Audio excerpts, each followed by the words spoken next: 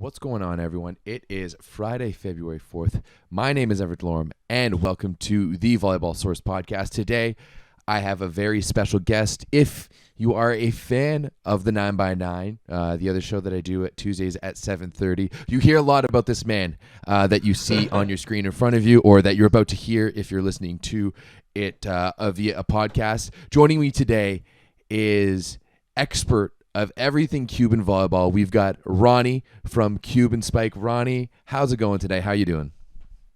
Thanks very much, Everett. How are you? Today is a cold day. I didn't expect to anytime soon to make this podcast with you, but I do remember that we had scheduled, like, for the future, a meeting. And thank you very much for inviting me.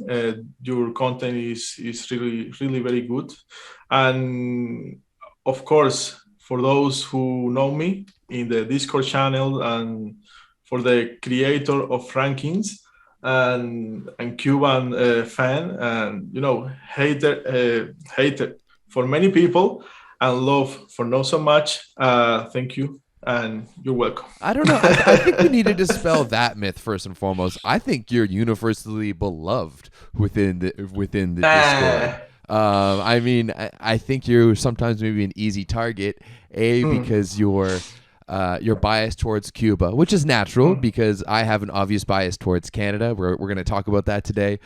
People like St. Clair, he's got the bias towards the USA, but that's the whole point, right?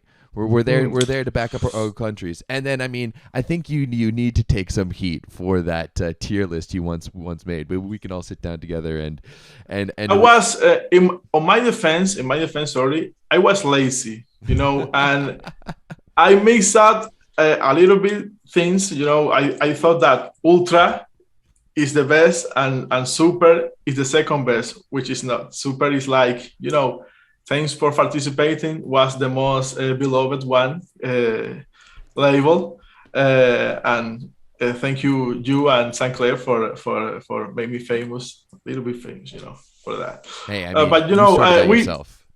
We always try to be funny and not so serious, because when your team is losing, or in my case, when Cuba is not doing so well at international level, we tend to or feel depressed, and the only thing that we have is the power of the laugh, and we try to be funny or different, even when we know that our team is pretty damn, or not so good. Let's put it in that way. So yes, thank you for all the compliments. Well, hey, that's like, sports are supposed to be fun, right? Whether you're playing, whether you're watching it, like, we watch it to enjoy it. And I think that's what's so special about the Discord, because everyone there is enjoying themselves. They're having a good time. We're all poking fun at each other. We're all making jokes.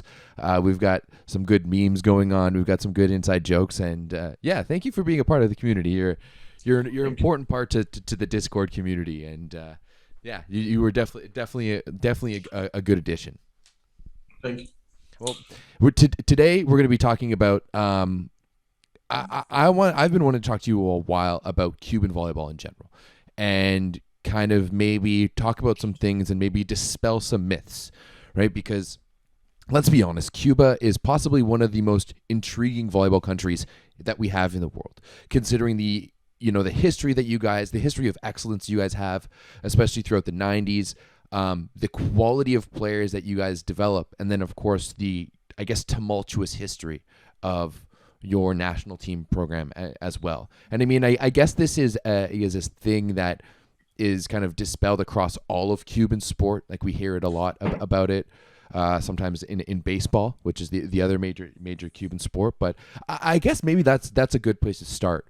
What is it about Cuba that they love volleyball so much that it's you guys have created, Olympic champions on either side, on the women's, on the men's. You've created some of the best athletes ever to have played the sport. So what is it about Cuban volleyball that makes it so special? Well, Everett, I don't think it's only about the culture of the volleyball. It's more the sport culture. We, like, if we do a little bit of history, Cuba, after the Fidel Castro taking over the country, we were like a substation in the Caribbean Sea of the USSR, the Soviet Union, and they brought all the sport culture because that was one of the ways that Fidel had to show the world that we were some more like citizens, or to export the socialism and all the politic intrigue to everyone. And yes, we receive training from Germans, from Korean people, from Soviets. We know how to play handball, which is not a very popular sport in North America. Other sports like boxing, which already we were good at it, and one of them was volleyball. And we started to play it. People like it. I think it's because the fact that we have in the country very good tradition in sports that use the jump as tool.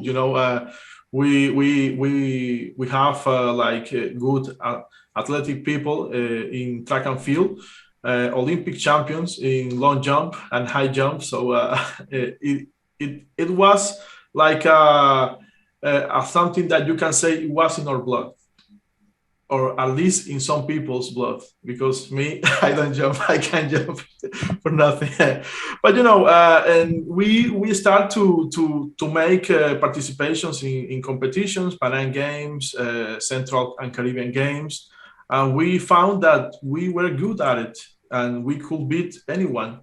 Such as in the 80s, we start to well, our first gold medal at the Olympics in men was in Montreal. Thank you, Canadians, for give us the only medal that we 76. have in, of course. And the women's, of course, is part of the later in the 90s, that great generation, Mireia Luis and Torres, and well, they dominated every major tournament in the 90s. So, and I think they could have been more, but as you know, Cuba or Fidel decided not to send our country to the Olympics in '84 and '88, two consecutive Olympics. Okay. We only because politics, because we were like the dog of the Soviet Union, and if they don't go, we don't go. So yeah. But Okay, wow. I didn't know that, because especially like 84 for Canadians, that's our best finish ever. And of course, we always talk about, hey, like, the teams from the Eastern Bloc weren't there, but I guess I didn't think at all that Cuba wouldn't be there either.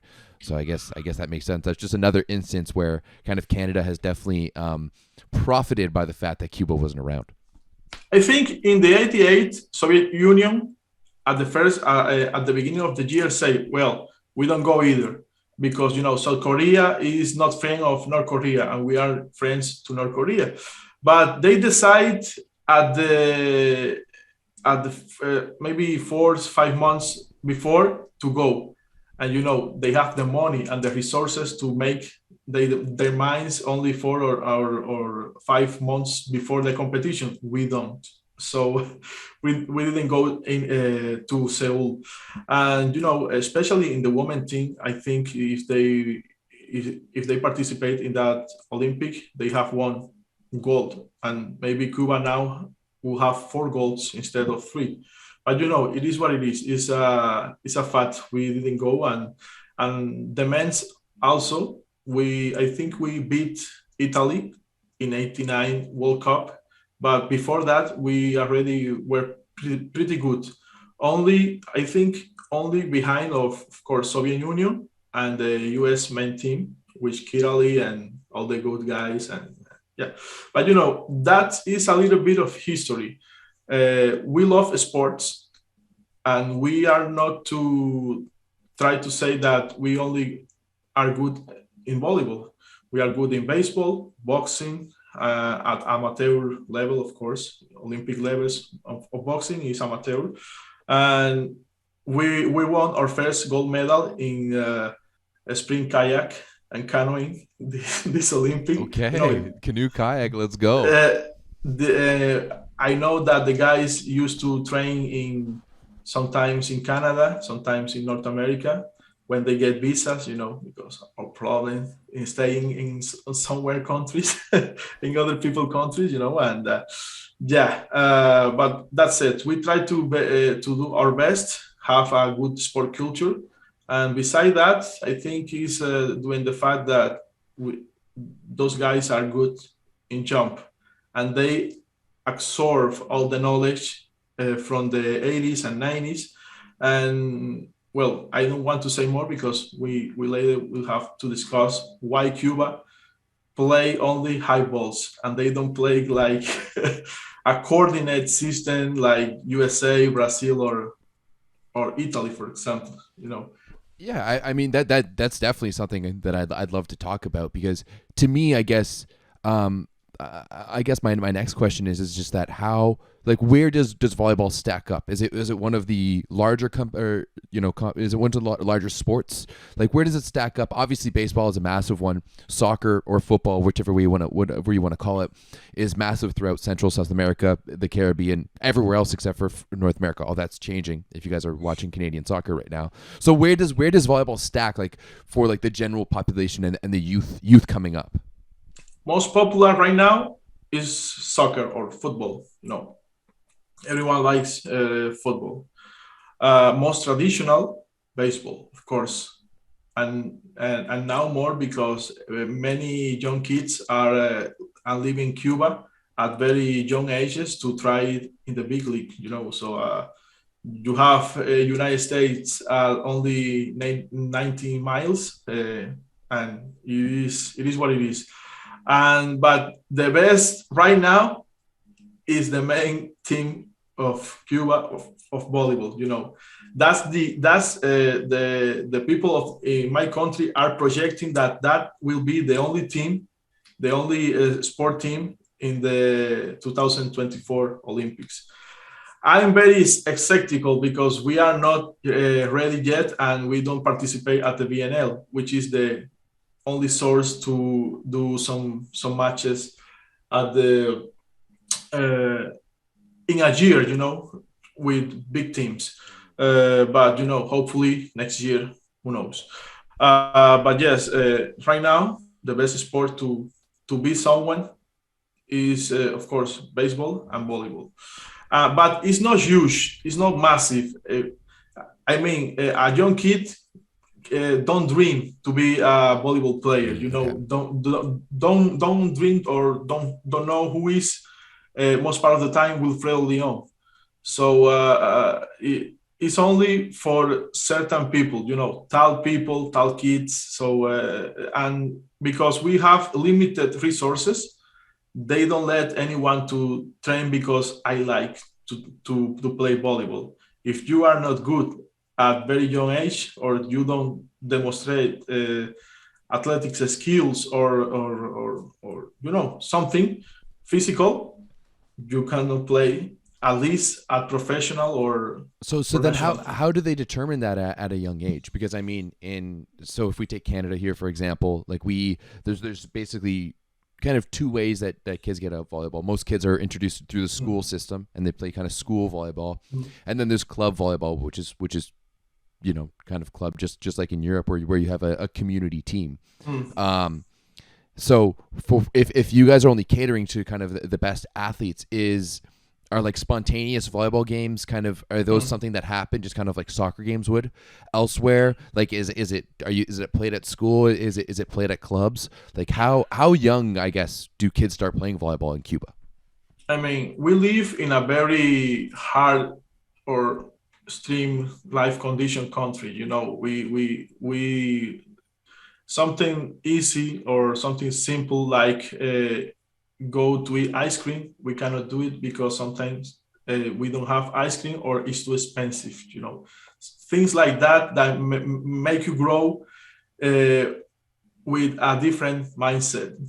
It is them or or I. So when these young kids go to the elementary school and their parents want to then become athletes, because that's one of the ways, that of the many ways to get out of the country, uh, it can be hard and it can be cruel sometimes. I know people that were friends in their youth, and now they cannot talk each other. And I'm talking about people from the national team of Cuba, because the competitive the hard part of this sport is that if I go big, you will not big. So maybe it's hard to explain for me because I know a native English speaker, but yes, You're doing fine. basically, you have 9 years. You start the sports school. It's a special school only for people that want to become athletes.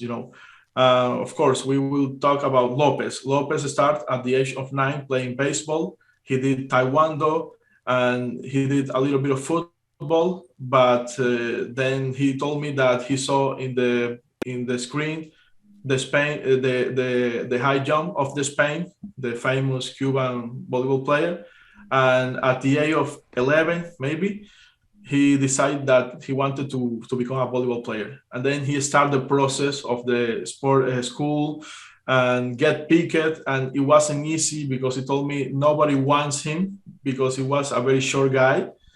Lopez has only 6 foot 2.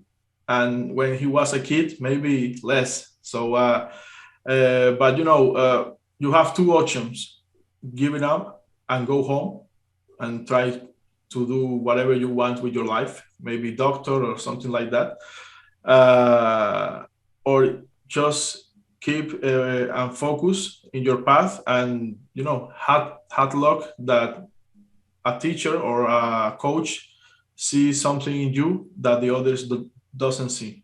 So one of those coaches told him, "Look, you have two options. You have to jump high because you are short, but not only that, you have to spike also very hard." And He does Lopez that. start the way we are just putting an example of one Cuban player. He gave Lopez to start to spiking with a basketball ball. Every single time he didn't want him to spike with a volleyball ball, only a only a basketball one. So You know so like how hard it is. You know how hard it is to hit a basketball. that makes so much sense because the way the ball explodes off his hand, you can tell that it makes sense that his he started off by playing a lot of baseball because he's got that arm movement and he's able to throw hard. But then learning to play volleyball by hitting a basketball, man, that's crazy. I mean, hell, Sometimes it was a basketball ball, and sometimes a water polo, which is also it's not soft. no, and it's even less. It's not as big, I think, but it's even less forgiving. Like it's not a ball that's made to bounce. So You know how holy, how your hand finish after that beating. You don't have any soft hands anymore. You are like a dude that works in a construction site. With all my respect. no, you know, of course, like you're gonna have strong hands if you grew up hitting yeah. basketballs and water polo balls. You're gonna have such strong hands. So that makes complete sense. Is this type of training like this type No, of it's like not. like It's not for everyone. It's not for everyone, man. I tell you, is that only the case? At least I heard from Lopez. And yes, then you continue, and when you reach the age of 15 and 16, the only hope you continue your volleyball career is to be selected at the National School of Volleyball, which is in Havana or capital city, and being selected or at least get invited to that school and see if you can make the cut to the respectively U19 and U21 first Norseca Championship, and then of course World Championship, and that's the process. And can you imagine only 12 guys from each year make in that team? So So that's it. It's not like a training program. 12. So like 12. wow. That's So of course you see Lopez, you see Jan, but all those guys pass from a very strict process, and they only and the cut was only 12 guys, but not only 12. I mean, we are talking about 4 outside hitters in the entire country, in the entire generation of Lopez, 2 opposites, and 4 middle blockers at least, and it is hard. It is hard to become a volleyball player, or not just volleyball, an athlete in Cuba, and that's why we see all the big results, because we continue to use the old Soviet Union base to pick the talent. Sometimes they are very good, sometimes not so much. It is what it is. But now you see why it's not that we are good in this particular sport, it's that our process to become athletes is hard. it's almost like Spartan like, Yeah, like you yeah. guys just like go at each other and It's hunger. It is Hunger Games right there, out there, man. I'm telling you, and that's why I think for me it isn't good, because I believe in sports and a good education side by side. Like Canada, you have now the same. You are starting to have the same program that the university, the college in United States, and the championship between universities and such, that give you the chance to study a major, at least if you don't make it in the at the pro, because everyone cannot play in Italy, everyone cannot play in Russia. It is hard, and the money in volleyball is not big, but it is big for people that live in our country. So it is like, for example, we have guys that they go out this year and they only receive a pay for the season of 10K euros only. That money in Canada only give you the chance to live 3 months, 2 months at least, with the expensive and well, you I don't know how much you pay for your apartment, but maybe more than 1K per month. a little bit. You So, can find, depending on where you are, you can find cheaper housing than but there. Yeah. it's nothing. It's nothing. But in Cuba, it means Yeah. much. So I guess that's this is a good time to get into That's it. the story. That's the story. So how so what's the deal? Why is it that your players have to defect? Like why is it that you guys have to leave? Like what is it politically that makes it so that like we hear stories of like them like defecting and like hiding to be able to get out of the country? Like what makes it that's happening, and why is that changing? I guess we can talk about that afterwards. That started in the early 2000. No, that wasn't a thing before that. Of course, as you know, we reached our ranking, or high ranking ever, was 2 in the world in the 90s, only behind, of course, Italy. And we had a very good team. We were champions at the Pan Am Games in Winnipeg in '99, and things were very very good because our government decided to leave players to go and play abroad, overseas. And I remember in the 2000, the entire squad of Cuba played in Italy, which now is very hard to do. But having your entire squad to play in Italy is something that only countries like, of course, Italy, maybe the Russians, or maybe, I don't know, the Brazilians had the opportunity to have. But we had it. So after the disappointing seventh place or fifth place, I think, in the Sydney Olympic Games, our stupid government, let's say that way, decides that they don't need to play abroad to be good. And because of the bad results, that was a decision that ended in the defecting of the entire team a year after, in 2021, in a friendly tournament in Anvers in Belgium. We lose that night. It was, I think, 21 of December, almost New Year Eve. We lose Angel Dennis, Lionel Marshall, that he only has 21 years old. We have our captain, Josvani Hernandez, that was considered one of the biggest middle blockers of his generation, of course, and other players. I think it was 6 players.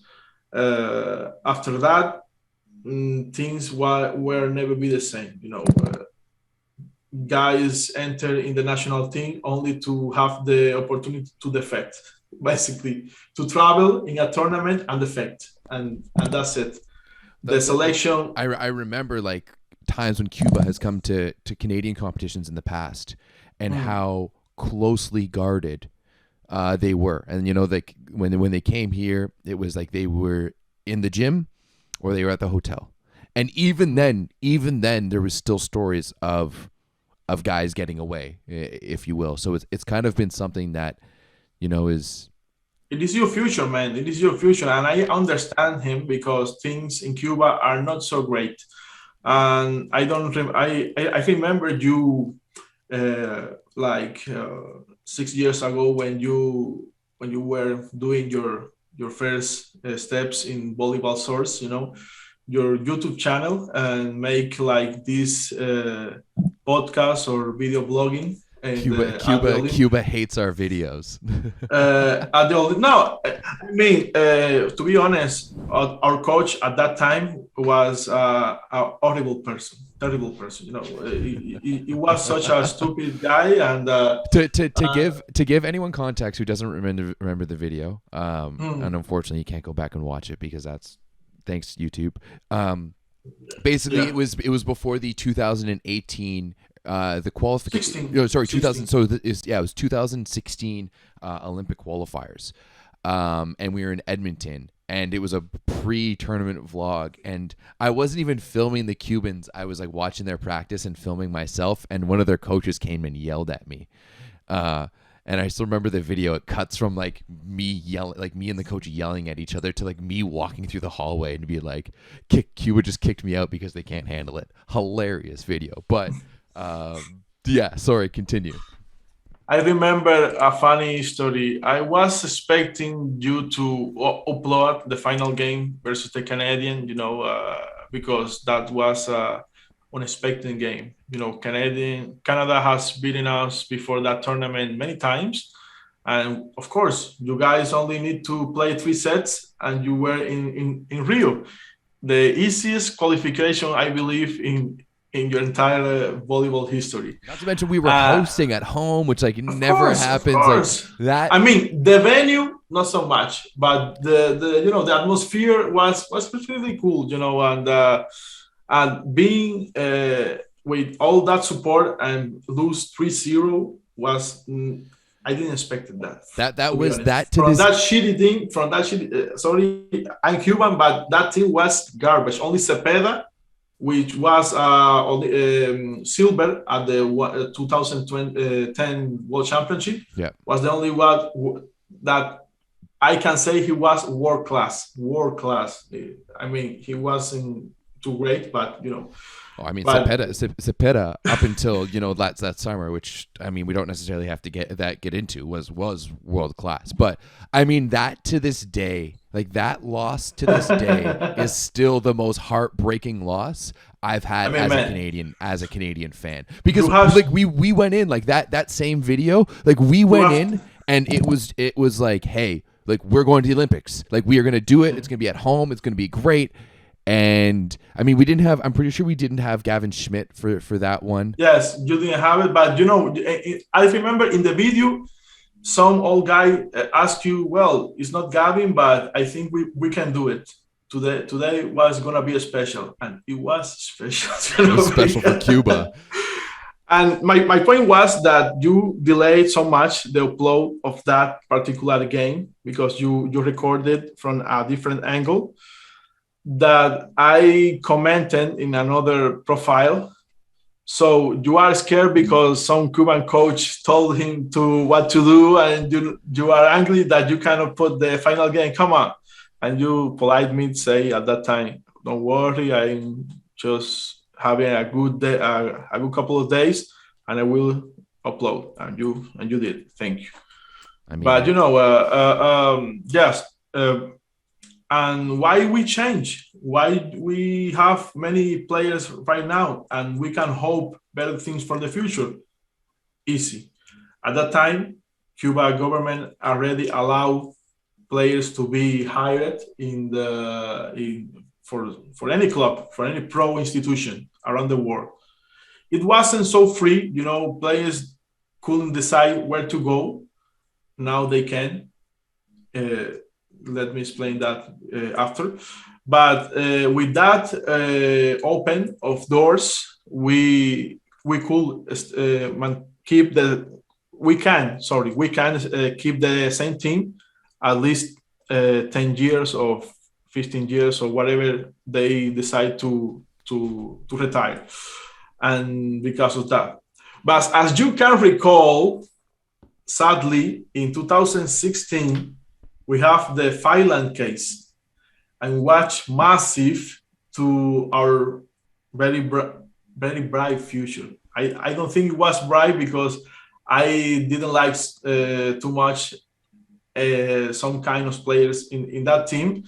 And we need to create a team in a matter of 4 months to play the Olympics. And that was the first competition, to be honest, for Lopez, for Goide, for Concepcion, some of the guys that now have played in France, in Brazil, and of course, a year after, in 2017, we won silver at the World Championship U21, and that's our base team till this day. So hopefully, we win some bronze in the future. But I mean, we need to keep improving. Our weakest position right now, as you know, is the hardest, the setter. I mean, everything kills for having a good world-class setter like Christensen or Gianelli or something like that. But unfortunately, we have very good spikers and zero brains, and we keep playing the same volleyball as the 90s. High ball to the fourth position 4, sorry, or position 2, and that's it. Why do you think that is? Do you think it's potentially because of the way or coaches that are a bunch of idiots, and outdated people that keep using the same tactics as others used before them, and of course, like they won some medals, like bronze or silver. They say, look, this is good. We keep this system. Fuck it. We will win when these players have more experience, and that's it. So, like for example, nobody was expecting that Cuba won a medal in 2010. I remember, I don't know when you were at that time, but I remember watching 2010. That was a pretty legendary team. Months before the World Championship, we went to Canada, I think, to play you guys did a tour. You guys did matches. I remember watching, like, Leon was playing. He was 16 years old, and he was that was the first time they played in Ottawa, and then they played in Toronto or Mississauga. Of course. But yeah, I remember going to those matches for sure. At that time, I remember that you guys had Dallas Sunias, maybe a guy that I don't know why people hate, Frederick Winters. Oh, no, whoa, no. Freddie Winters is definitely not hated here in Canada. He's definitely You definitely know, loved. at that time was the big and huge platform that everyone loved was Bollywood, who was hosting by Yes, some yeah. individual guy, you know, Ace with which Bollywood. Yeah. which I think works for the FIVB now. I don't know, it's like uh, something community manager or something. But I remember to see him in the photos of the BNL this year. So, but yes, at that time it was something huge, and of course I don't think now is working anymore. So, but I found the links to watch the games very poorly, but it is what it is. And Yerrasuelo didn't make that trip because he was something like people thought that he was going to escape at some times because he in 2010 he had his first child and he was struggling with money and such, and they decided not to give the chance of the benefit of the doubt, and we play without Yerrasuelo. Of course, we won the games versus the Canadian team, but I think that was the first generation of what becomes Canada That these was days. yeah, very, very very early on. That was very much in our, I guess our dark years, you could say, was like 2007 to 2011. Like in 2007 we had a terrible run at at the World League. We had to pull out because of the same thing, monetary issues. But yeah, that those 2010 teams that played those series against Cuba, because we weren't in the World League. Canada wasn't in the World League back then. I think in the 90s you were in the World League. A couple of times. It wasn't like we would be in the But World League for like 1 year and then we wouldn't be for another time. Like 2012 and 2013 was the first time we were in World League like consecutive years. At that time, it was like Canada doesn't exist in our universe, So they qualified to the World Championship, which is great.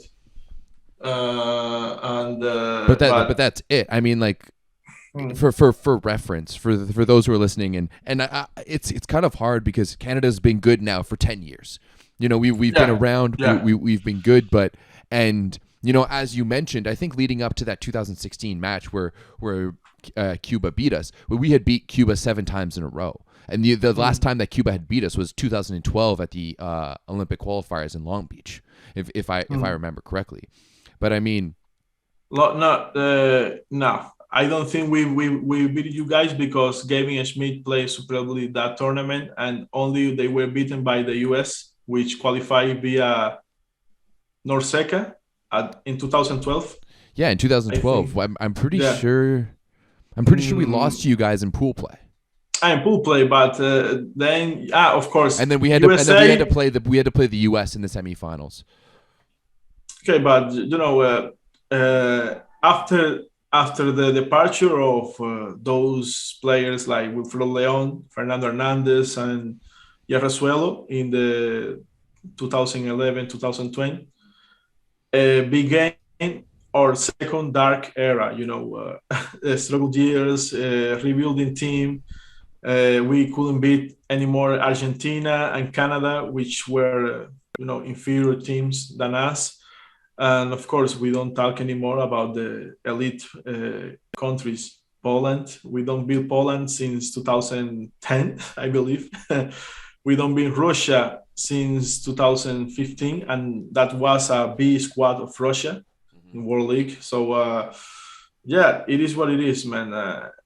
Struggling years, but after all this, it makes sense now that you've explained to me how, considering that like Cuba, when they're like 15, 16, is only going to pick those 12 guys per year, right? Like you've explained to me. So if a big chunk of those best guys leave, it really doesn't exist for you to have that pool to come in and step up, right? And I think that is kind of explains a lot of what's happened to you guys over the past few years. till this day, I don't know how we keep creating such talent like Lopez, Marlon Jan, and the guys, because anyone, I mean, I tend to say that these things only Cuba can do it. You now take all the talent that Slovenia have, and you say you have to create a new team, and they probably never be the same team, or I mean, never be. it's the same for Canada too, right? Like we've gotten so much better in the past 10 years, and there's a lot of things that have to do with it. Obviously, not just Cuba. It's not just a scenario where Cuba. I mean, you have to give credit to Canada. They do it. They did very good things. Gavin Schmidt was was a a game real changer. deal. Yeah, well, Yeah. absolutely. Gavin Schmidt was the real deal, and since then, the baseline that we have has come up quite a bit. The quality of Canadians can play in Italy. yep. Before that, Dallas Unions and company only could afford to play in Spain and minor leagues. Puerto Rico and stuff like it. And I mean, a lot of people don't realize this. There's kind of like that 2012 switch, but back in like 2011 when you guys were, I guess it was 2010 that you guys finished second at the World Championships, but kind of 2000 and 2011-ish or 2010, 2011-ish, like Canada had like maybe a dozen players playing professionally, and that's just professionally, and as you mentioned, like guys like Dallas Unions were playing in Spain, I think. and like our national team training center, which is like a huge program in the country now, and it trickles down to the younger kids as well. That was created for the athletes who couldn't find contracts overseas, so that they could continue training for Canada. Like that's where the state of volleyball was at. Because volleyball doesn't pay too much, and they only pay too good to the stars. Well, I mean, we hey, are talking about like we can jump into that now if you want. Yeah, whatever. Because let's be honest, like how, like it's a weird dichotomy that there's players in Cuba who have like financial troubles, and like they everyone. You don't find any Cuban player who comes from a wealthy family. That doesn't exist in our country. Everyone is in sports because they want to get out of the country or get some money to the family. That's it. So then on the flip side, like you have that, but then you have guys like Wilfredo Leon, who is now signing $1.5 million euro contracts, which is the biggest contracts that we have in the sport. So like for a guy like Robert Landy Simon, for example, I know that a lot of the rumors in the past was always kind of like Cuban players, if they want to go play professionally, have to give back so much of their contract back to the government. Is that the case? Well, back in 2001, 1998 and 2000, that period, 2 years, the country get in touch, or a company of the country get in touch with the Italian Serie A teams, and they say, look, I don't know how much these players are worth, but we want at least 200K per each volleyball player, even if they worth more. Crazy. Wow. And you only will give them 10% monthly, and you will send the rest 90% to Cuba. Get it? Yeah. So they were like slaves in the 21st century. That's insane. So that's actually a real thing.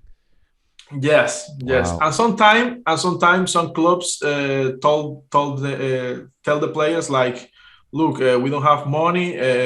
Cuba told us that you will receive your money when you get there. And sometimes, like, I don't know, Lionel Marshall went to the building of, they have all the contracts and the money, and as look, lady, the club contact me and say that you have my money. Where is it? Sorry, we don't have money for you at this moment. Things like that, bro. So you spend an entire pro season overseas, And you make and you like don't get nothing. paid, and you do it for nothing, just for the love of the country. And people cannot live from love forever, and that's why they decide to run. So does that happen now? Because you. No. Now, come on. I You mean, think love? this is why we're talking. I want to know. Now, the process is simple. The minimum wage that Cuban Federation can accept to let something to sign one of their Jones player is 10K per season. The entire money goes to the player. The teams pays to the player, but the clubs have to pay 10% of that salary to Cuba just for the signing, because that's what they call like formation wage. Like we develop that player belongs to us. Like like the Dominicans make something like that in the baseball. They receive millions of dollars annually for any signature player that the big teams sign. So So is this something that's done by the Cuban government or by the Cuban Federation? it is the same, bro. Really? There is no independent institution in Cuba. It all belongs to the government. They are like a big octopus, and they say no, that institution don't belongs to us, but it's a lie. Someone Oh. in between the shades, in the shadows, there is a high person. Sometimes it can be a military, or sometimes can be just a politician taking money from that. So we have around 15 guys nowadays affiliated to our federation, an insignificant number compared to all talent we create over the years. But all those guys have to give 10%. I mean, the club pays the full amount, and besides that, they have to pay 10% to the Cuban Federation. And we don't have like the simplest things like automatic ball machines. We don't have that. We train our liberos using our spikers to make serve. We don't have nets. Sometimes we don't have balls to practice, and all those things make you ask you how in the hell those guys create, and how in the hell they are so good in this sport, and how they accomplish so much. That's a mystery. I cannot respond. I cannot answer that question. But I don't know. I think some of the positive things in our side is that we are the only team that use African descendant in their squad. Not even USA, not even Canada. I think people don't realize, but if basketball didn't exist, you can imagine LeBron James playing volleyball. We will be a completely domination. Guys like Giannis, like DeAndre Jordan, and thanks to God, basketball exists, and US players, they are not so physical talent, but they are technique talent, So yes, and of course we don't have good coaches, because we don't have any source of league in the country, and it's hard. It's hard to get results, but now it's pretty easy to get a contract, and they at least they let you live your life. Lopez, I mean, I think he's making 115K per season. Marlon is close. Can imagine how this money can change your life if you come from Cuba, and they are living their dream right now without any worry about the future. Maybe we don't expect that they get injured in the future, but they have to think different.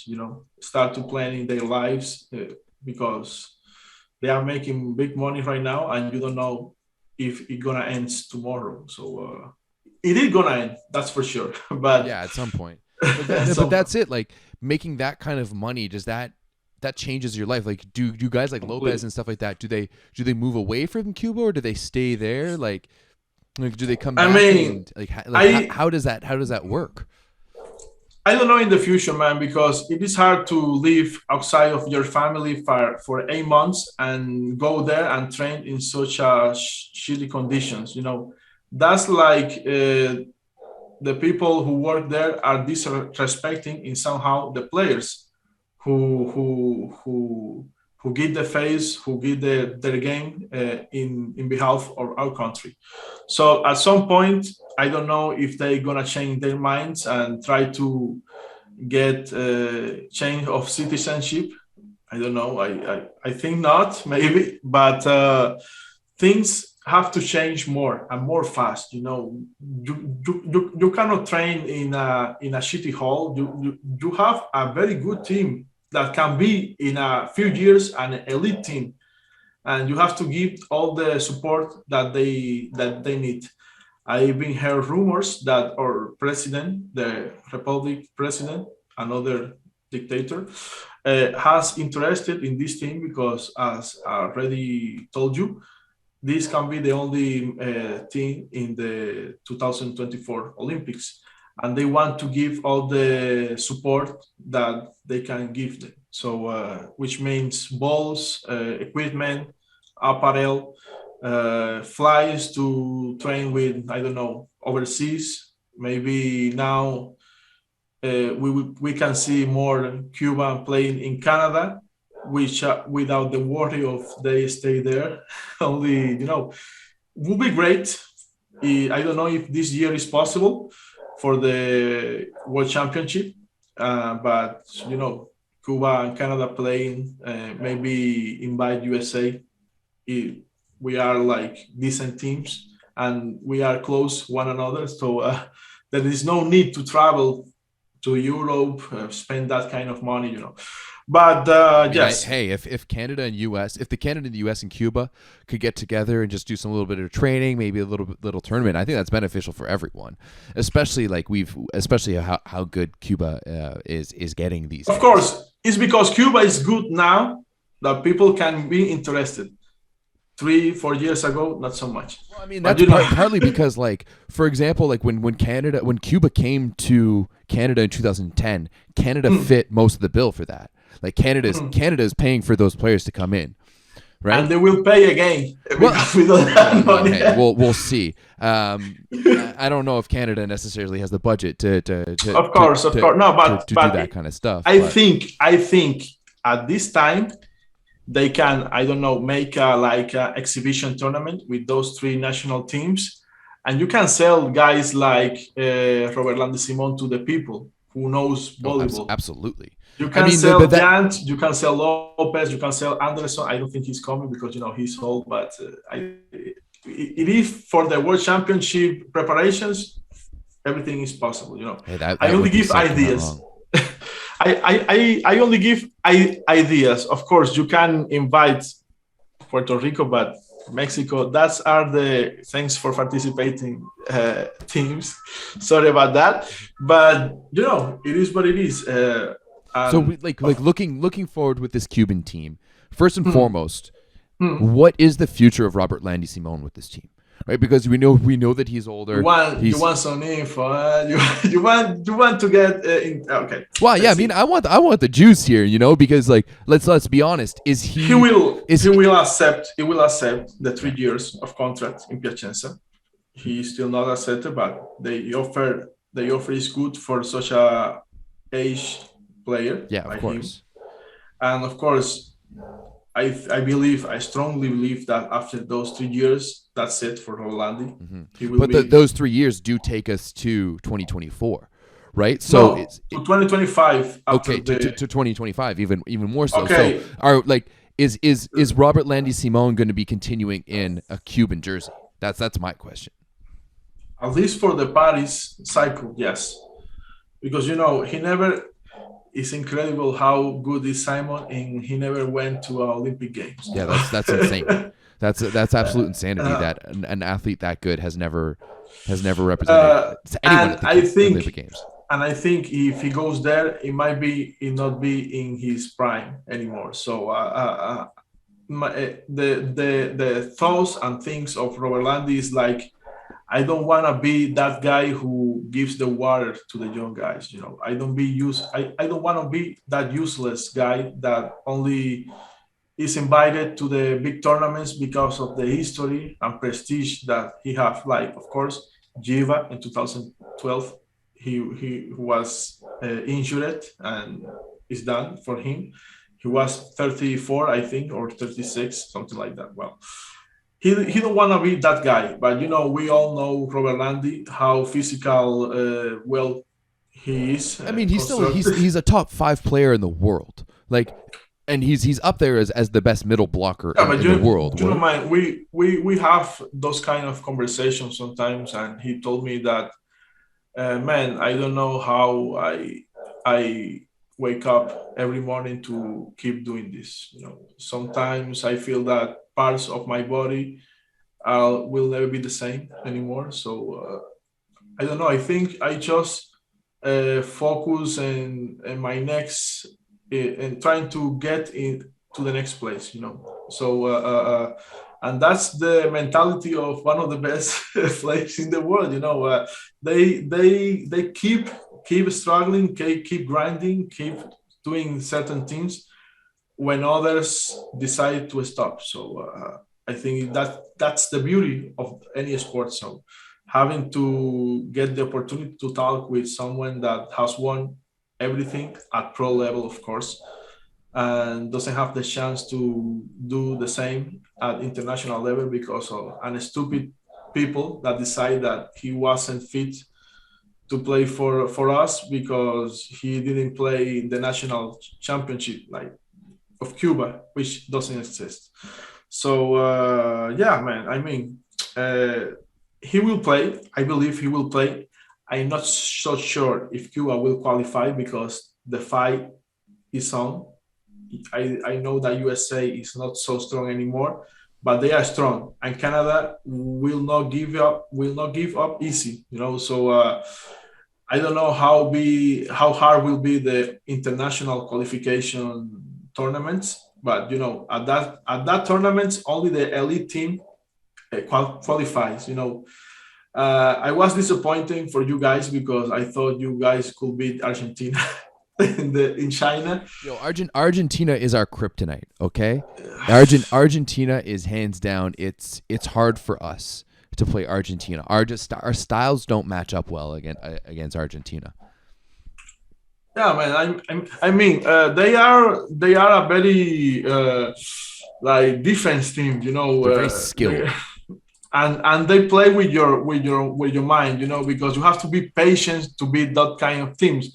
I know that Canada sometimes struggle with Argentina or Japan, and that Japan is not so strong team, but they have very defensive skills, and that makes you a very annoying team to face. So they pass well and they run. They both pass well and run fast offenses, and they serve very well. And we just, we're very systematic, and we can be pretty physical at times too. And yeah, both Argentina and Japan give us a hard time. Let's say. I think the fact that we were able to win 2 sets in Vancouver was the fact that Canada was trying to be physical with us, and there can be any physical team in the world than us.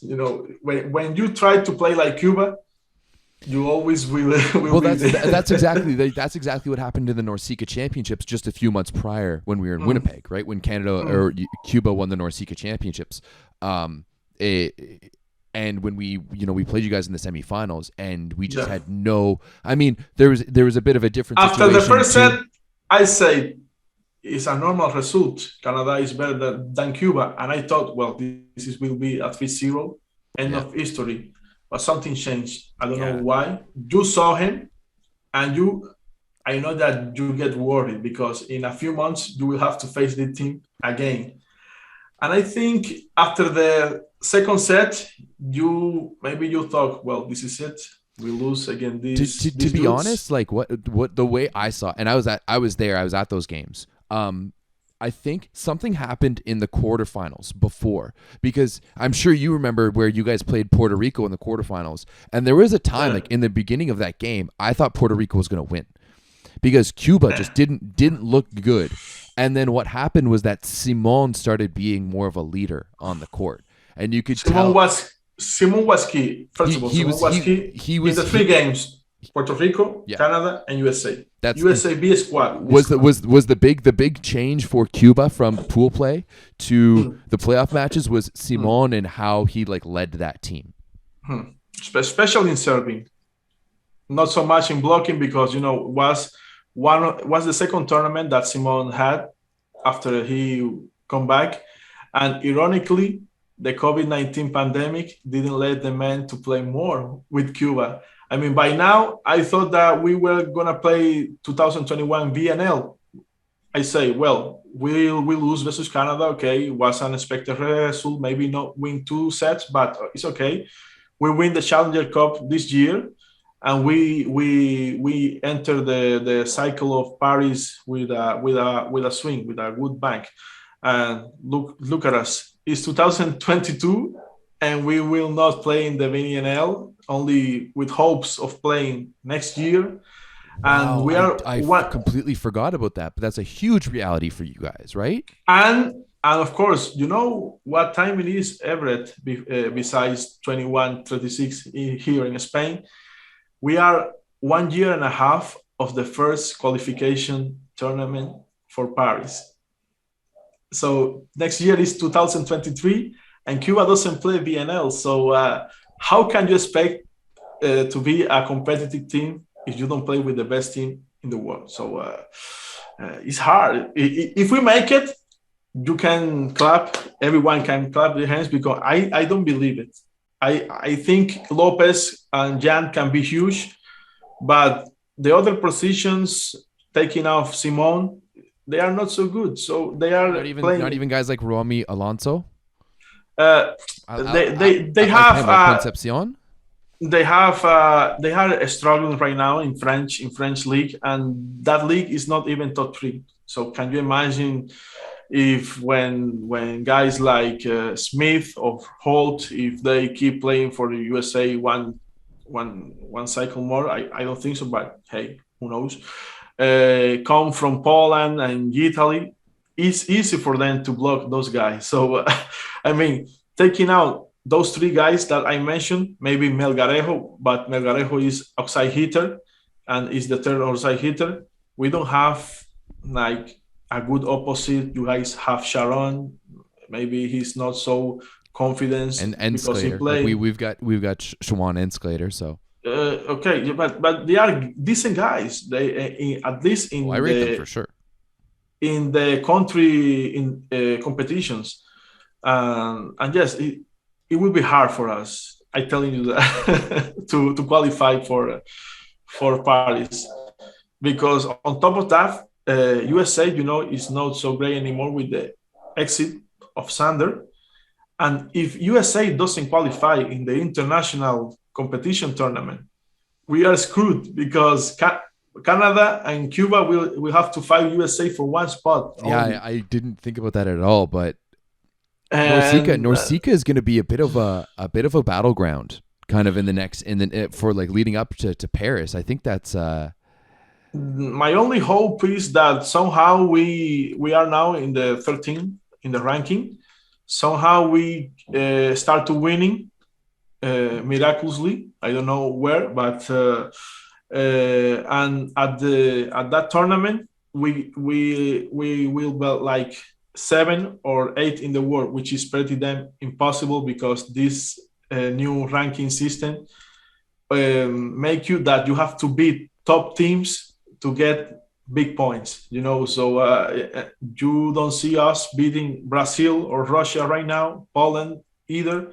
So it will be hard for everyone, not just Cuba, Canada, and USA too.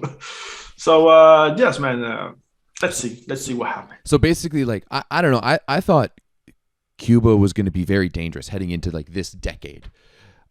just because of how many of your athletes, you got We guys are delayed because of the COVID-19, basically. wow, I hadn't really thought about that. Which, I won't lie, like part of me is a little relieved because like, hey, You know what? I mean, hey, at the end of the day, if you guys are succeeding, it's probably at our expense, right? Like I won't lie. Like, hey, you have to be more confident, Everett. oh no, trust me, say I'm very confident, but like Canada won a bronze medal in World League. Maybe for many people say that medal doesn't mean anything. Yeah, those people are you. Something. Those people are you.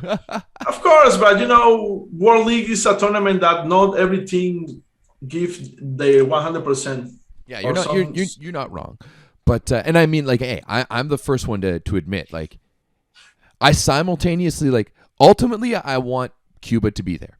I want Cuba to be good and to be a force in NORCECA because it's just better for everyone.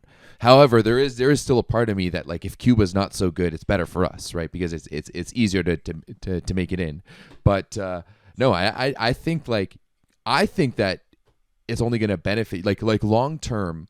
Maybe COVID messes things up a little bit for 2024, but like long term, looking at 2028 and like over the next 10 years, do you not think that things are gonna even out, especially now that your athletes are going to be allowed to go play overseas and come back? Like, that's dangerous for me. I think, of course, without Simon, everything changed, but we have good size guys coming up. We have like Angel Suarez, which is a U21 player right now, prospect. He's like 2 centimeters and 12 tall, the same tall that Blasov, I believe. And this is not normal in Cuba. We are not a high people country, that's for Canada and the descendants of the French and the, Germans and all that mix. I mean, I think you are a tall guy. You can tell me now. I'm like I'm 6'2"-ish, 6'2", 6'3". Same as me. Well, but we have Alejandro, which who I share an info in the Discord channel about him going to Cruzeiro. They will try to make him a good opposite. At least he's 2.7 meters, the same height that Gavin. And he is a very interesting prospect. Being picked by Cruzeiro at very young age have to mean something, So those guys doesn't mess around, at least in South America. And our future is bright, but not so fast like I will have to prefer to see it. So we don't have, of course, our Achilles weakness will be coach and the setter. The defensive system of Cuba doesn't exist. We will not win games because of our defense and our deep game. We only win games if our first balls, receive, set, and attack are effective. I don't rely too much in counters because we don't have the patience to do a good counter attack. And that one, I think one of the reasons that we won that medal in 2010 was because of the fact that make points in the first balls, Your side out and your serve inside out. That's side out. Serve inside out. That's Cuba. Thank you for teach me those terms. And yes, of course, the high ball will prevail, but I think now volleyball is becoming more physical than before, so that benefits us. High ball is always a good way to make points. You see that in leagues like Italian that always play like more smart, more patience. But that cheap shots like push the ball and go out, that's not for us, man. We keeping it real. We are smashing the ball hard even if they block us.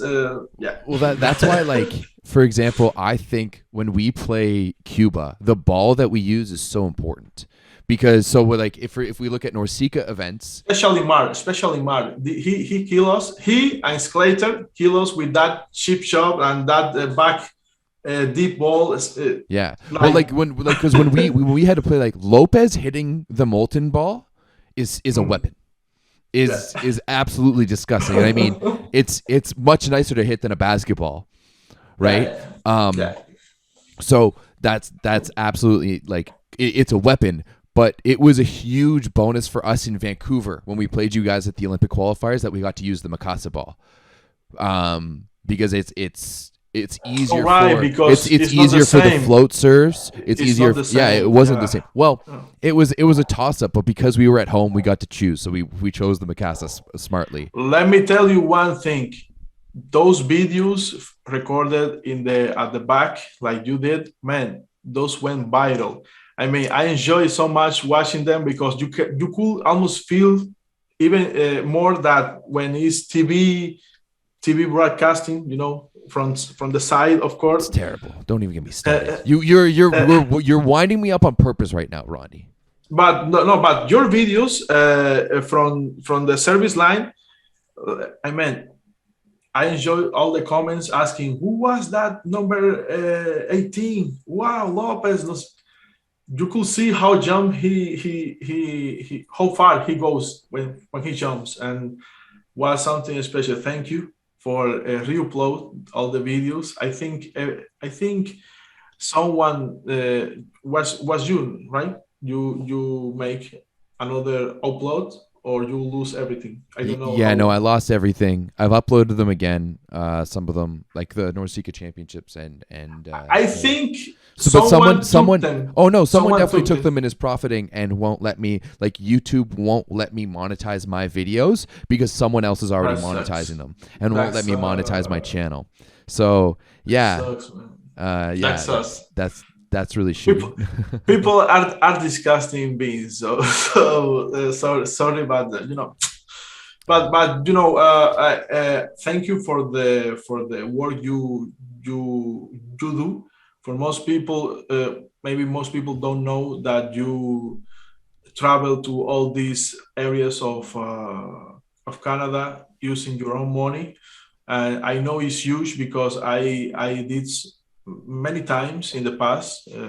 I live in Spain, and I went to the superfinals, the last superfinals in Berlin, 2 years ago, three years ago in 2019. Of course, I paid my airplane ticket, and Simon have me. That's the perks of having famous friends. Really? So, wow, sick. Simon's paying for your flights to go to events. That's awesome. No. I paid the flight ticket. Okay. Of course, because I don't want to be that guy that, okay, man, you always plus one. You are my plus one, Yeah, so you're the groupie. But when I get to Berlin, he say, look, you will stay with my agent, and they will stay in a nice hotel, and they already buy you the ticket for the final, so don't worry, you will be with at that time his girlfriend and his kid, so everything will be great. And of course they won versus Kazan, and I was one time at one point I was watching the game, and the other point I have Sokolov in front of me, Bruno with Bernardo at the other table. Was insane. Like it was a dream country, being around which these guys that you admire and watch for many years only in the TV. Man, only Leal didn't like me because I have a big mouth, but really? The rest. I thought you were boys with all the Cuban guys. So you're saying Leal doesn't like you? Some of them, and we now go back to the beginning of the conversation.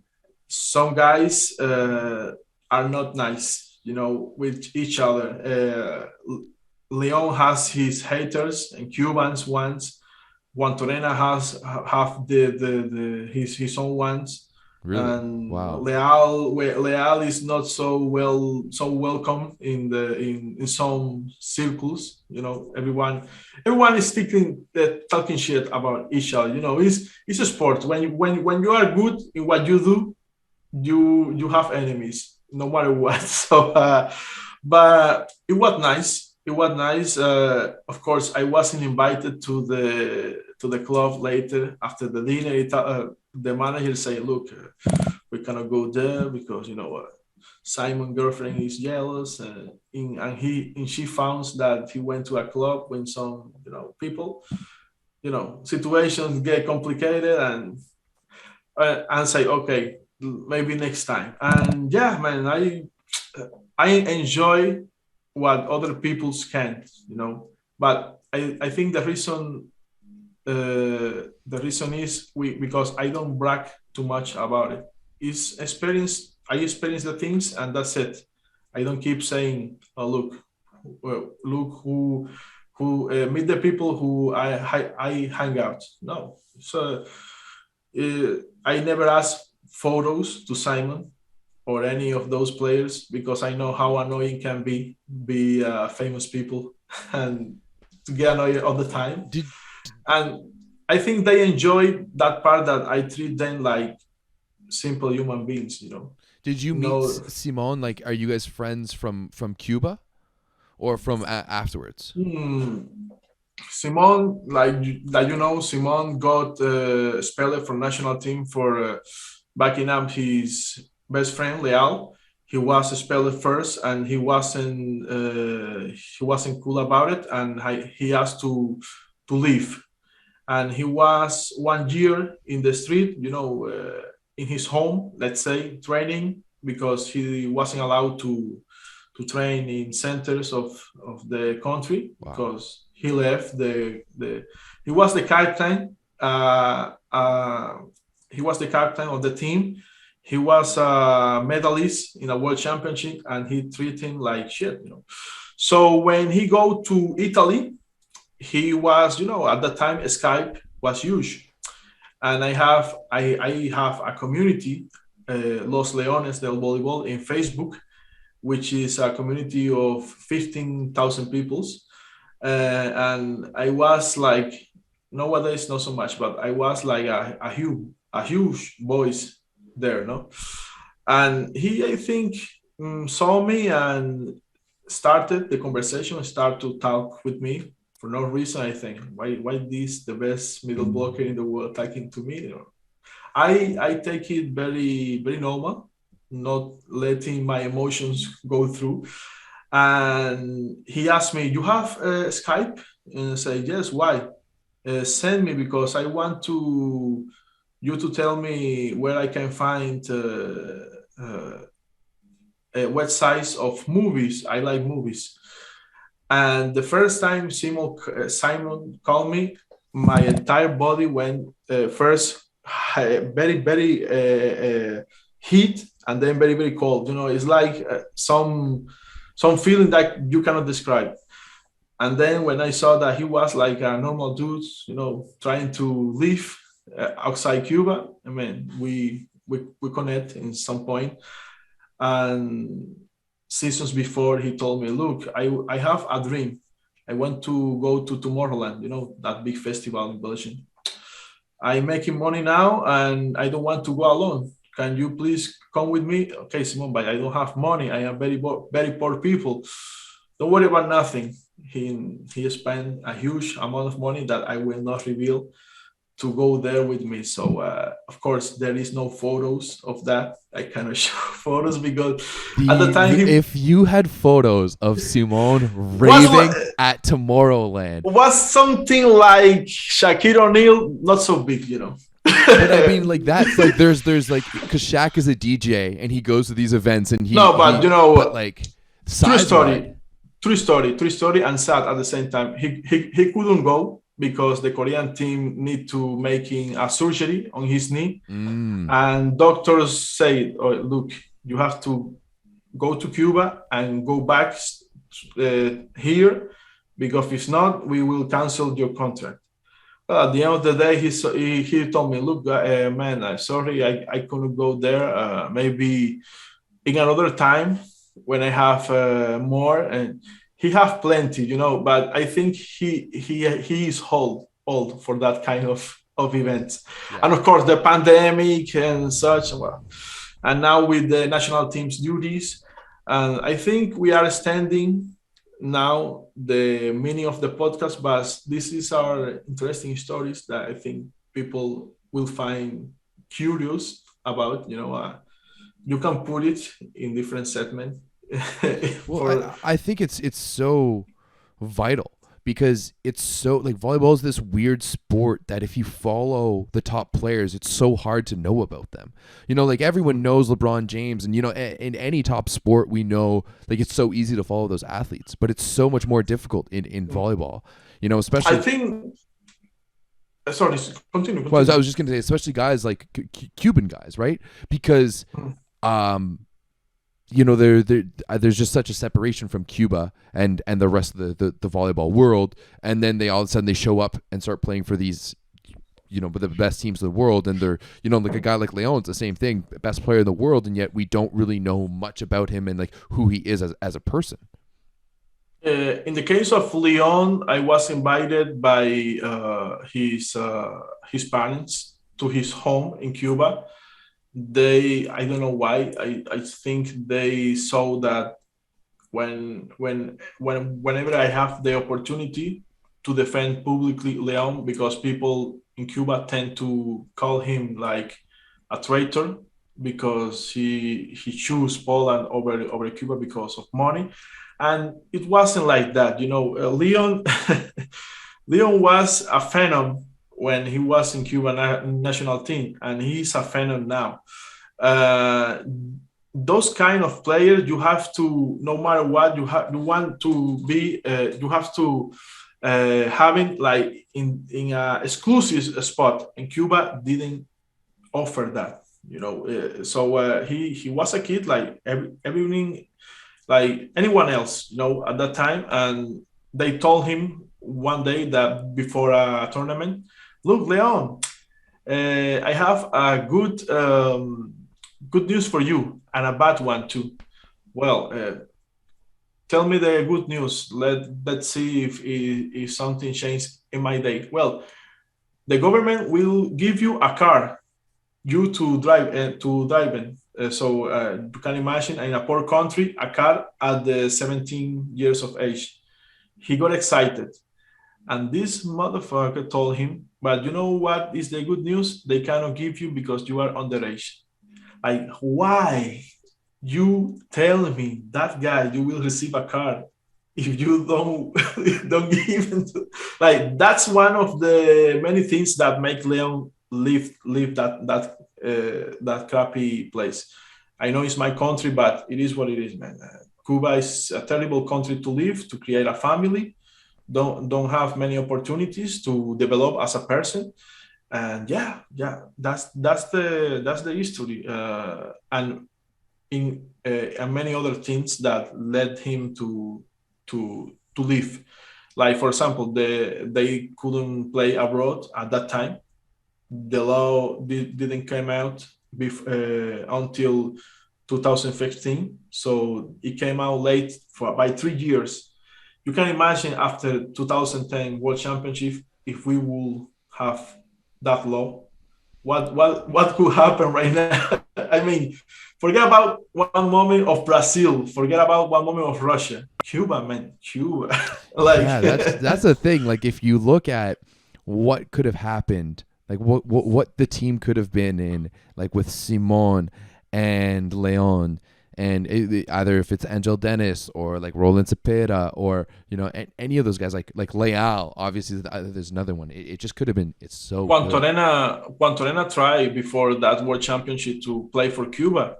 He went to Havana and asked, "Look, I have at the very disposal. I want to play for my country. I champion with Trentino. Things have been very, very, very good for me." And the coach say, "Look, you have to ask the big guys." And they say, "Well, thank you for coming, Juan Torena. If you want to play for us, you need to give up the life you have in Italy and come back to be a poor people. Basically, of course, he didn't accept that, and maybe with Guantorena, maybe I not I will not say goal, but a very very different match. Very very interesting one match because as you remember, the final was 3-0. So I think we cover so much. I know you are busy, you are tired. I think we have been talking about 2 hours in straight. I don't know. Almost an hour and a half.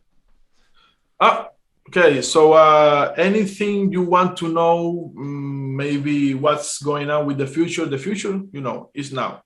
Qualify for BNL next year, and I believe before that, like the things that we discussed, like try to make a friendly tournament or a series of trainings between national teams can be viable. I don't know if someone of Canada volleyball sees this, please invite us. We want to play like just for fun, sell the game like Roberto Simon, make a huge post, something, and Hawk and the boys, because I think people will show up.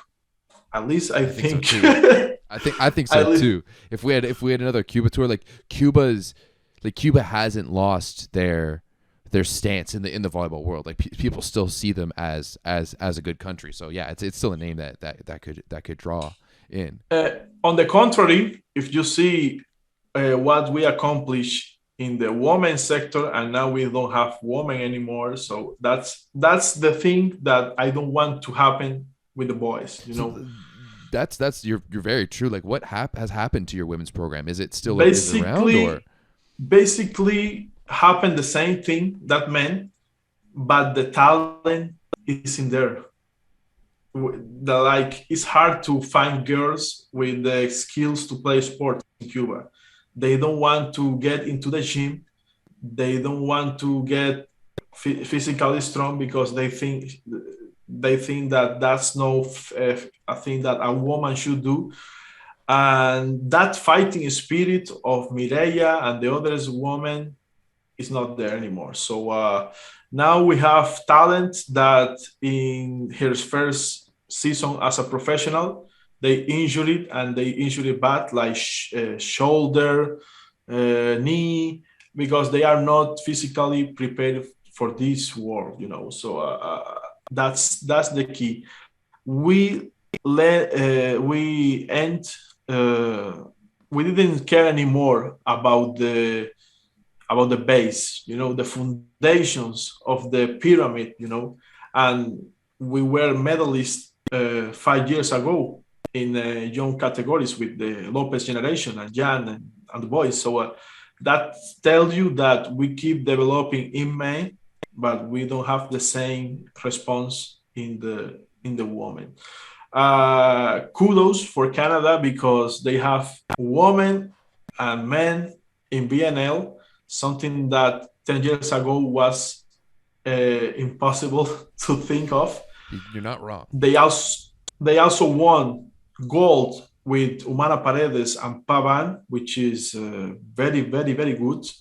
I think it was, I don't know if it wasn't the first medal in beach volleyball. It's the first world championship medal ever for Canada. Indoor beach men or women. It's the first world championship medal ever, let alone gold. Yeah, first world championship medal. So yeah, it was massive. And I think that's are the things, Everett, that help you develop the sport in your country. Absolutely. Yeah. Unfortunately, the victories counts more than the defeats in any area and aspect of our lives. People only remember the winners. They don't care about the fifth place and the third place, and of course, it's crazy to me right now because I'm looking at the women's volleyball Wikipedia page, and you won gold at the Olympics in '92, gold at the Olympics in '96, gold at the Olympics in 2000, a bronze at the Olympics in 2004, and a fourth in 2008, and then since then, have just Cuban women's volleyball has just dropped off the map completely. Like I, I'm a conflict person. You know that I get involved in these silly fights with members of the Discord channel, Fed, Mikey, and the boys.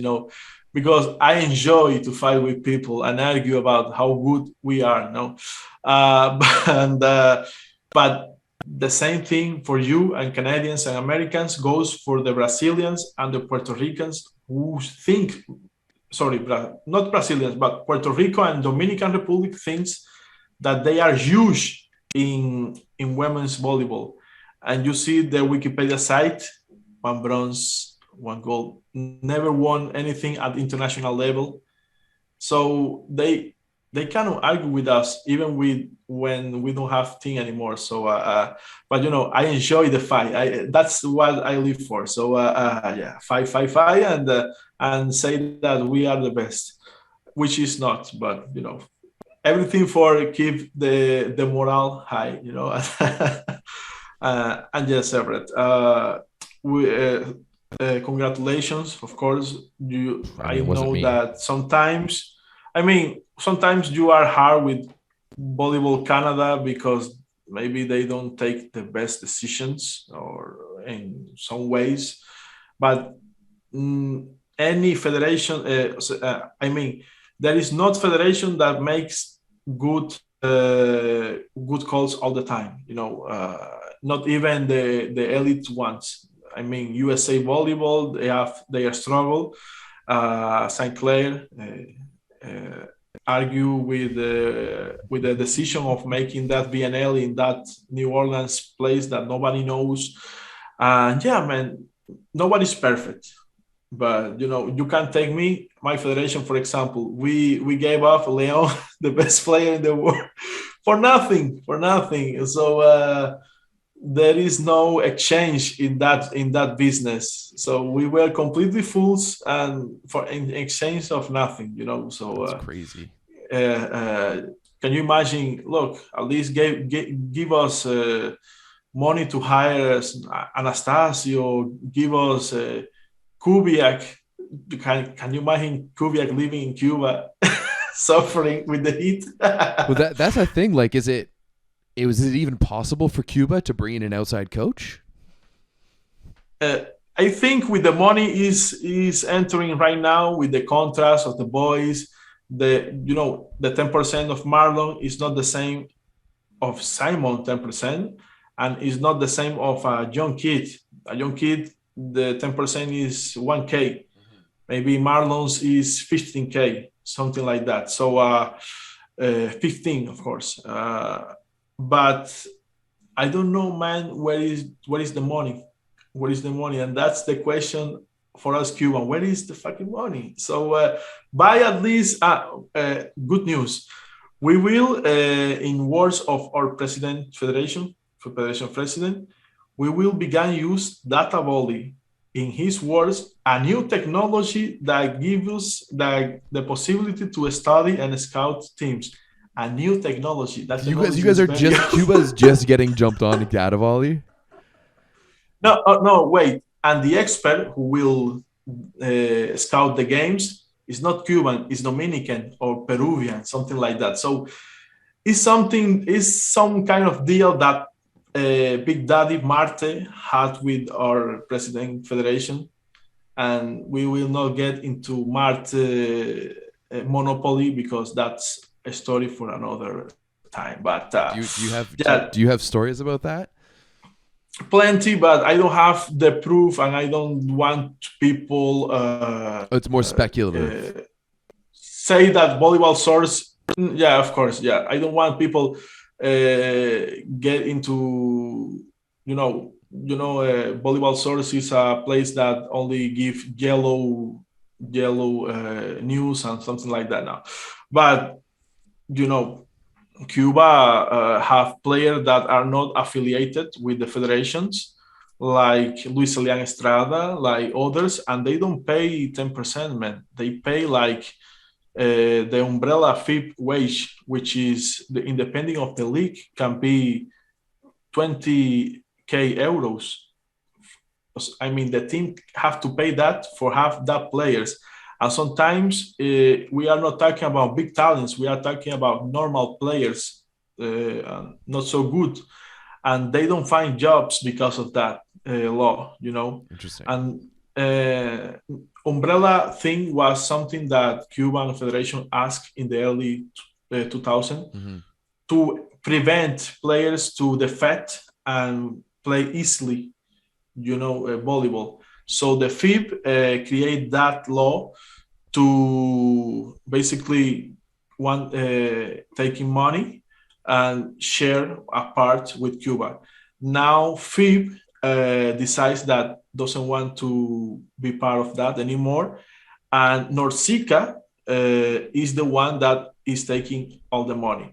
So if Norsica is Marte and his right hand is the Cuban Volleyball Federation, I want you to imagine what happened with that money. I will not say more. Just imagine where the Interesting. money Okay. goes.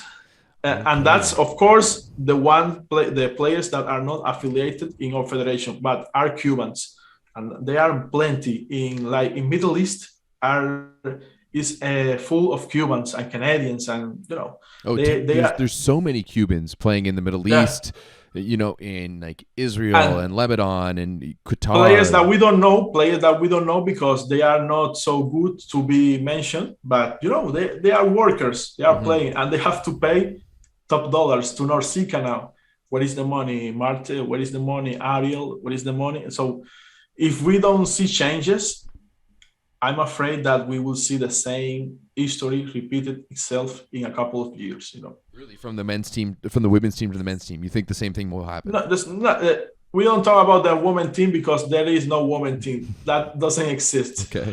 But the men team is getting big every year, and people start to make good money, and they start to ask, "Where is the money? Why I don't have the same like ball machines that I have in Brazil, which is not a different country than Cuba?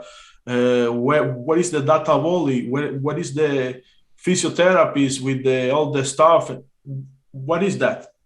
And you know, when they start to ask those questions, people will get mad. And you know what happening usually happen when Cuba start to make questions like that, where they decide to go and end their national career or go to somewhere else they feel appreciated. Can you imagine Lopez playing for Canada? I I, mean, I can, I can, I can. hey, we would accept him with open arms. I know that there was rumors leading up to 2016 that Simon was trying to get, yeah, Yeah, was trying to be a Simon. citizen in Canada and then Bulgaria.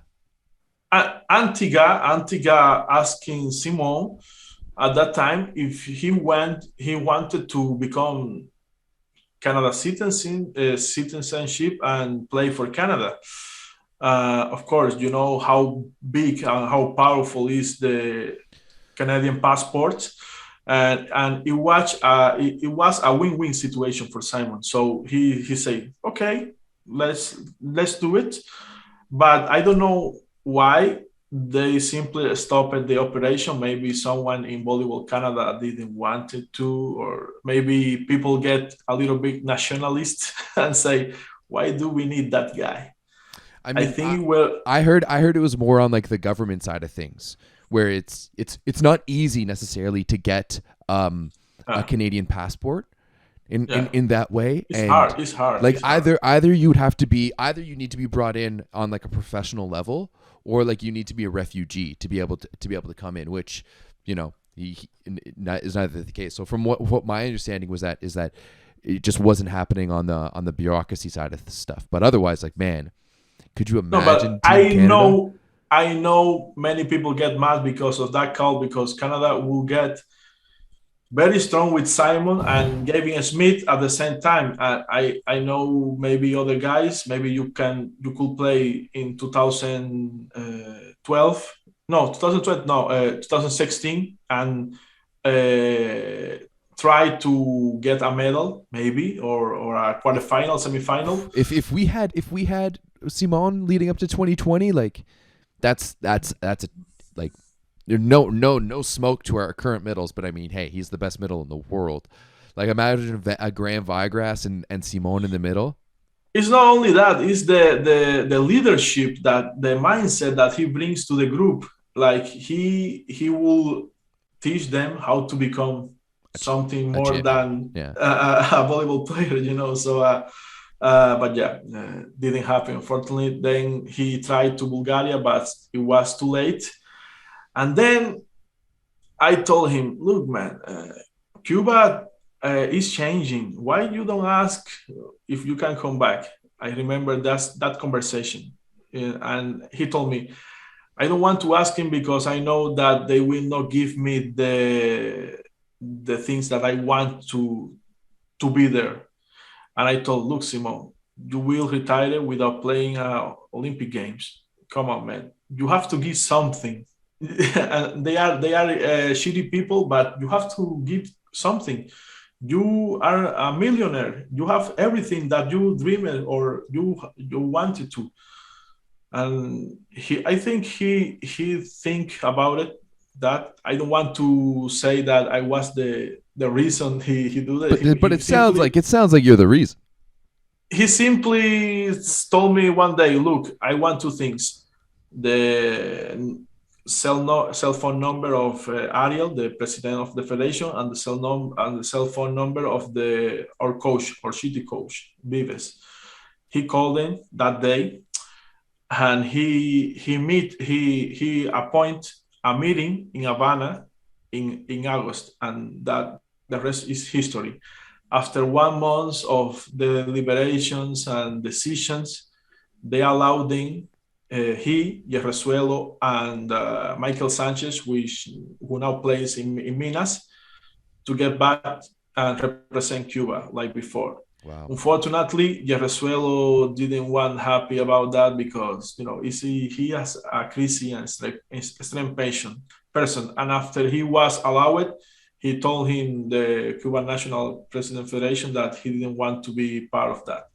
And of course, Michael Sanchez got injured very badly in his shoulder in Korea in the preseason, and he couldn't help the team at the Vancouver Man, qualifying. that's crazy. If you guys would have had Michael Sanchez too, yeah, seriously. No, but I think it wasn't matter because Cuba had his chances. We won two sets, and of course Canada and the mastermind of Hawk decided that it was enough to make silly errors at the end of the set, and you guys changed their strategy completely. And because we don't have data volley and good scouting people, and we lose the game like amateurs. I mean, I remember like you guys were mentally broken a little bit in that game. Like I do remember. I will take a little bit of credit. We were going after Lopez, and if you go back to like the videos, you could hear us just like chirping Lopez the entire time. But I do remember whoever the backup setter is, he got subbed in the fourth set, and just it was a double sub, and just didn't have a good few points, and they subbed him out before he even came back around, and he was like on the bench crying. And I still remember like watching that, and that's like as we were heading into the fifth set, and I was like, "Oh, we've got this. Like we've got this." And many people thought that with the initial run of Cuba 4-1 in the tiebreak, what's going on here? Like, what happened again? Is this first set, second set now? But you guys keep the composure and start playing that shitty ball behind the block slowly again.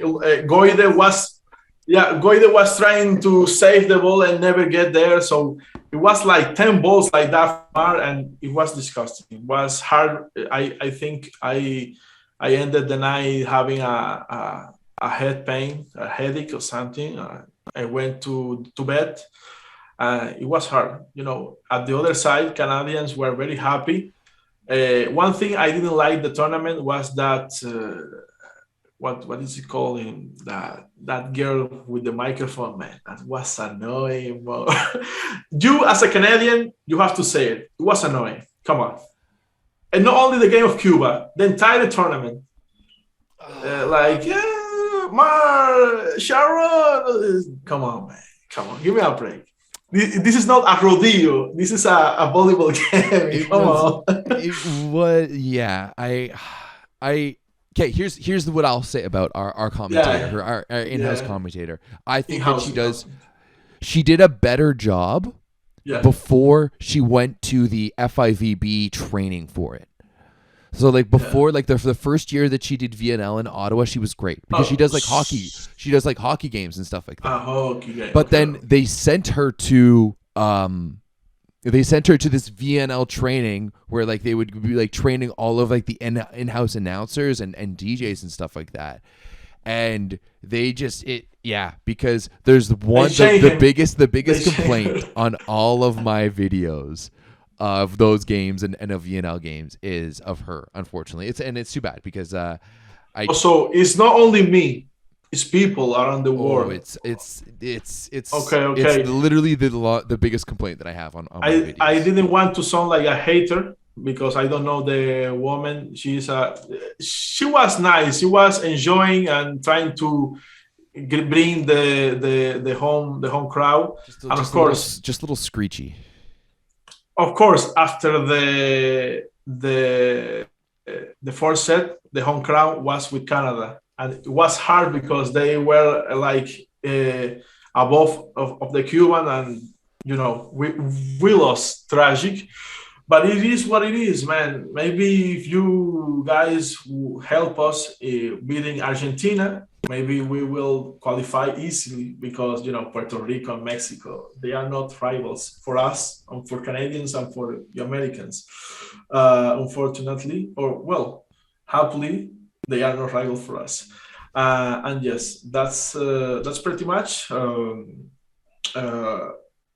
We have. Let me tell you this. And taking now, let me center the camera for the people in the Discord, especially St. Clair and Mickey and all the haters, friendly haters that I have. Friendly haters. Of course, and all the people that laugh about my ranking system and such, because they like to talk about it because it is funny. It was funny, but not in a serious way. They always make laugh about it. Be careful, man, because Cuba is coming, and I don't want to see people crying in the corner when we have results and we beat people, because I will be there to only write. I told you that we were coming, so maybe it's not this year. Maybe it's not the next one, but we will get them. So yes, hopefully in the 2028, the Americans will host the Olympic Games, so it will be more easy to us to qualify for that.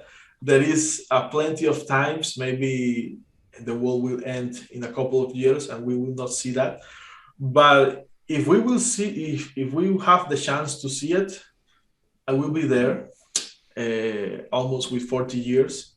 I hope to see you guys maybe in person, and doesn't necessarily have to be in the Olympics. Maybe we can hang out in a BNL. Yeah, why don't I? Because I think a few of us are planning to go to the Ottawa VNL.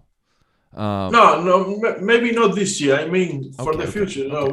Because there is no point to be there if Cuba doesn't play there. So why is the point to be? So Cuba will qualify for VNL this summer with the Challenger Cup. Let's hope. Well, I mean, who else is out there? Like Turkey? Turkey, Ukraine, maybe. I mean, if Ukraine's still a country, but then we'll see.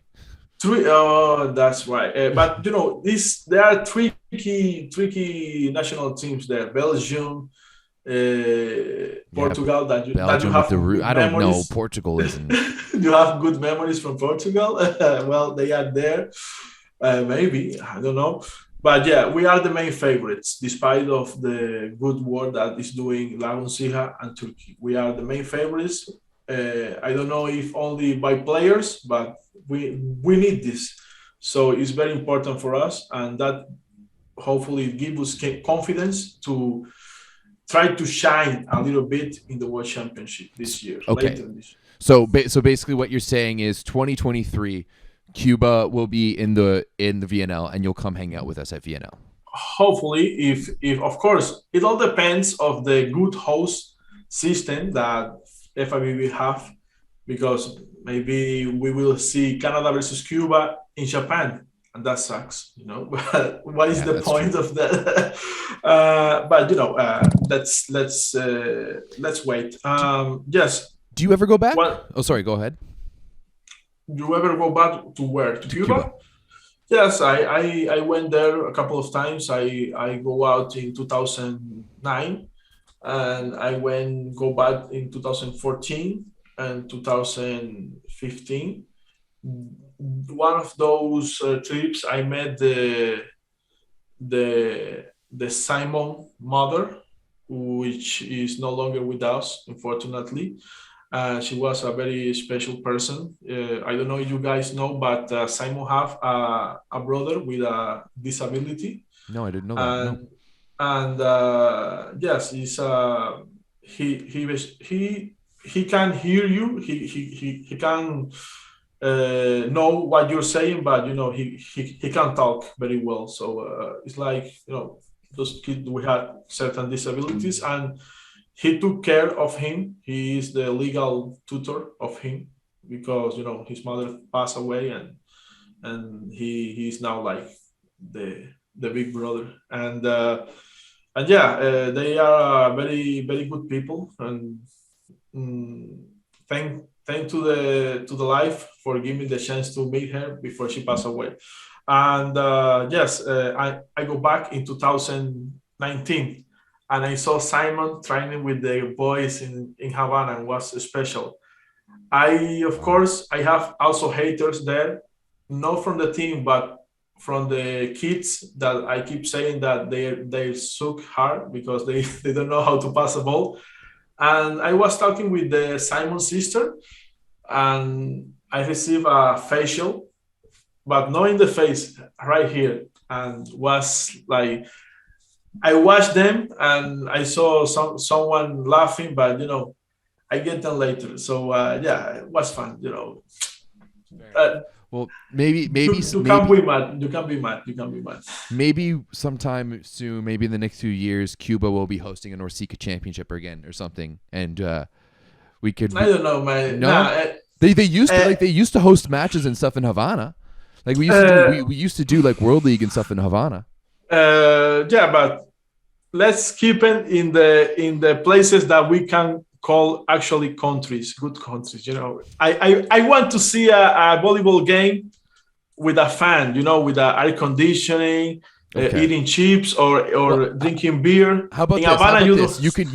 You can come watch a volleyball game here in Canada, and we'll give you that experience, and then we can go and we can watch a game in Cuba in Havana together and see that experience, because I would love that. That would be something else. Why do you torture yourself? Why do you like pain? You like to suffer? Oh, come on! No, it wouldn't be that bad. I know you feel that way because it's your you know how it is to be in a hall full of people that don't necessarily take a bath in days, and then you sit in a old wood chair without food, without water. And you know what? The air conditioning system broken, and there's like 35 degrees inside the hall. People with like you can literally take off your shirt and it sounds do like this. An experience. It sounds like an experience, and I don't know. Of course. After that, there is the after party. Absolutely. Let's go. You can hang out with the boys. I will give you that. Does Simon speak English? Not so good. But he understands if you talk slowly. Okay. Like so, Simon, how are you? You are the best middle blocker in the world. In fact, those haters. Take it off a little bit more. Show it off. Is that like did you buy that jersey or did he give it to you? Well, in the super finals, I asked him a shirt. I want to have a souvenir, and he told me, "Look, I cannot give you this shirt because it's dirty, I ended up winning the match, and I didn't change. But he told him his fiance, his girlfriend at that time, look, take off that and give him to Ronnie. Wow. And yeah, that was the gift. I wanted the game share, but you wanted the sweat. I don't care. Look, this is the share that Simon won his first and only Champion League. That's whew. That would have been something else. No, but my ultimate goal is before he retires, have a Cuban national team share, which is something, because those shares, those things, they don't sell that. No. I don't know if Canada have a way to buy shirts. Sometimes yes, sometimes no. A little bit more in these past years, but not so much. Which is stupid, because this can be a way to support the team. Trust me. And man, stupid. Why stupid and incompetent people always are in the high places? Why? It is like a weird thing. A mystery. It's a mystery. But yes, and of course, let's see what future brings us. I will try to be, of course, at the World Championship. I'm not so happy because it's in Russia. I don't like that place, and especially Kemerovo, which is a factory city in the Siberia area. I know that they are doing a completely new hall for the World Championship. Maybe that's the only good thing of the trip. I think going to games in Russia and seeing games in Russia is going to be an experience in itself. I mean, if anyone wants to sponsor me to go, let me know. I wanted to be in St. Petersburg, a nice city with the river, with the Baltic Sea, but no, Kemerovo it is. And of course, I want them to beat Japan with the best, with the top players in the world, like Nishida, the trio, and thank you, Haikyuu, for make use of all fools and make people don't learn nothing about volleyball. It was a great show till they fantasize too much. And of course, Brazil, which be a top hard match. I don't think I just want one thing. They don't win us 3-0, please. And yes, fun fact, fun history before we finish. It's not sure that Leal will play this year with Brazil. Really?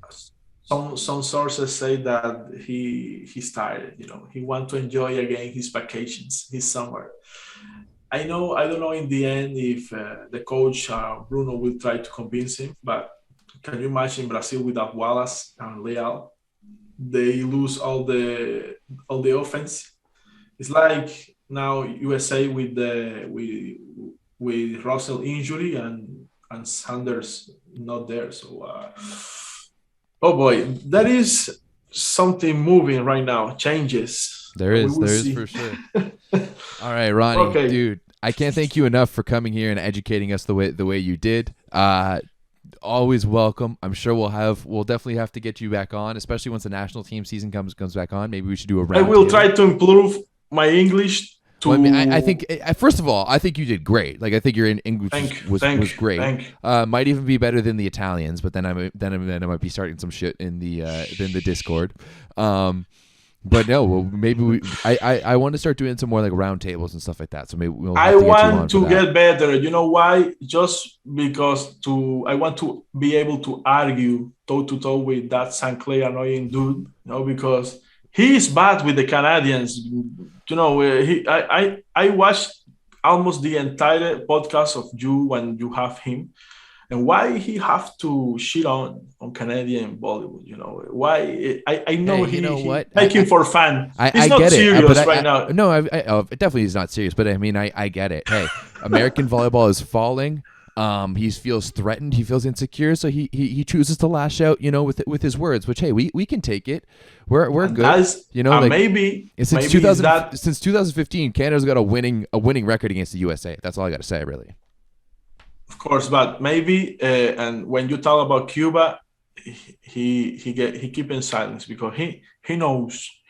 So maybe we don't have gold medals in Olympics. He have three, but he knows if when Cuba is healthy, we can throw some punches between USA and us, and he gets physical, So let's see what happens. You're not wrong. All right, Ronnie, thank you very much for taking the time.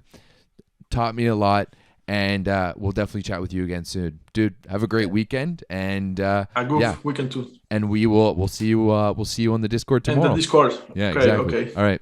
Take care, Everett. See you, dude. Have a good one.